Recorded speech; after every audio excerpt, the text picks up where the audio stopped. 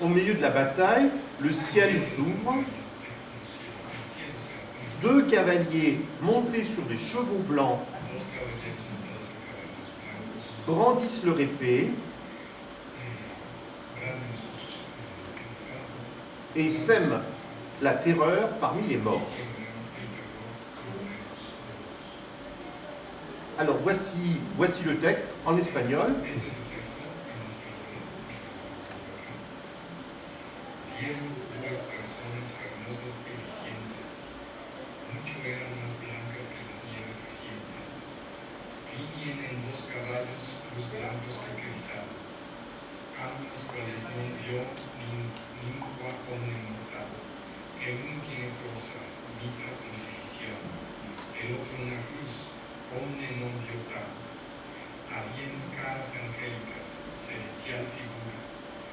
Descienden por el aire a una gran presura, catando a los moros con turba catadura. Espada sobre mano con signo de bravura. Los cristianos con esto fueron más esforzados, prometiendo enmienda a Dios de sus pecados. Cuando cerca de tierra fueron los caballeros, hicieron tal donaje en los más delanteros, que plegó el espanto a los más postreros. J'insiste bien sur la présence des deux personnages, côte à côte.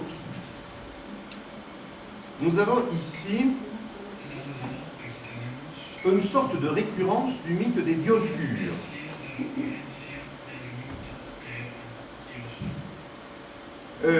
C'est-à-dire ces combattants jumeaux de l'Antiquité qui étaient connus pour intervenir justement dans les batailles afin de favoriser le camp qu'ils avaient choisi. Je rappelle que chez les Dioscures, il y en avait un qui était mortel et l'autre immortel. Mais l'un et l'autre avaient d'une part ce caractère guerrier et possédaient également la particularité du cheval blanc que nous retrouvons curieusement dans notre texte ici du XIIIe siècle. Je ne pense pas une seconde que notre auteur espagnol avait consulté son dictionnaire de mythologie à l'article de Dioscures pour écrire cet épisode. Je crois beaucoup plus à la présence d'une sorte de schème ou d'archétype qui, de manière souterraine, opère une sorte de résurgence à certaines époques historiques précises et dans certains contextes, en particulier, évidemment, guerriers.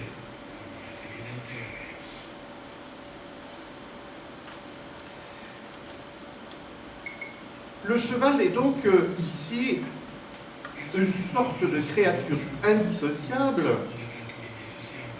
d'un guerrier céleste, ou de deux guerriers célestes. Et il serait intéressant de trouver des modèles ou des correspondances de ces représentations dans d'autres civilisations. Il y en a une qui est particulièrement frappante,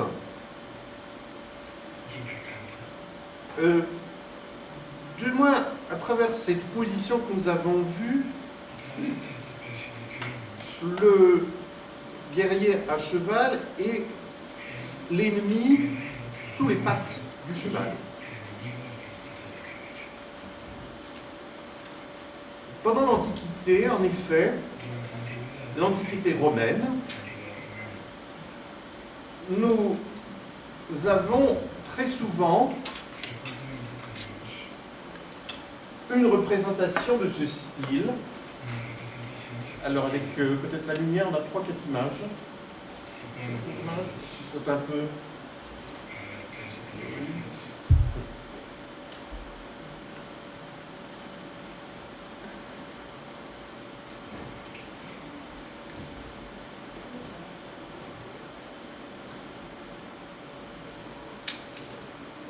Alors de qui s'agit-il? Il s'agit de Jupiter. Jupiter à cheval, reconnaissable souvent à sa barbe d'ailleurs, à cette époque.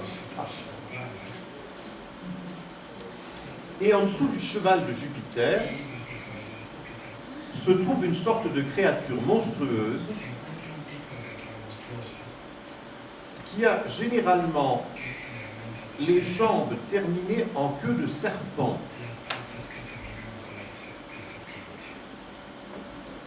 Alors nous allons voir plusieurs exemples de cette statue antique. Donc la suite, la suivante. Trouvez cette créature-là. Alors on ne voit pas trop bien les jambes là, mais attendez, il y a d'autres images.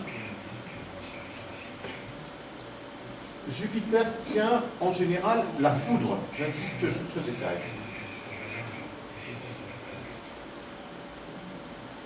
La suivante. Alors, voilà ici elle est très abîmée, hein, mais la Jupiter ici et la créature ici. La suivante. Voilà. Une reconstitution de la statue, Jupiter à cheval, et ce personnage ici, qui a une jambe, enfin des jambes en queue de serpent.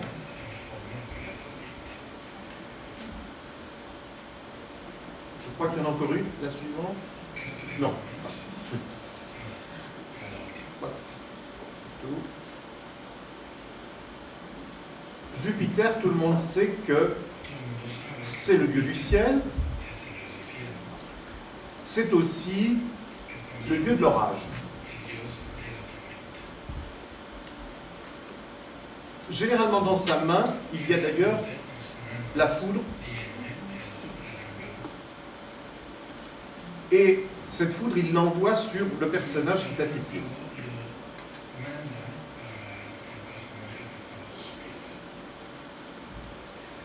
La représentation des statues, vous avez des deux images, leur similarité est assez étonnante. Il n'est pas impossible que nos sculpteurs du Moyen-Âge aient pu s'inspirer de ces statues. Mais ce n'est pas certain non plus. On peut avoir également, là encore, une sorte de récurrence d'un schème mythique où une figure céleste, un dieu du ciel,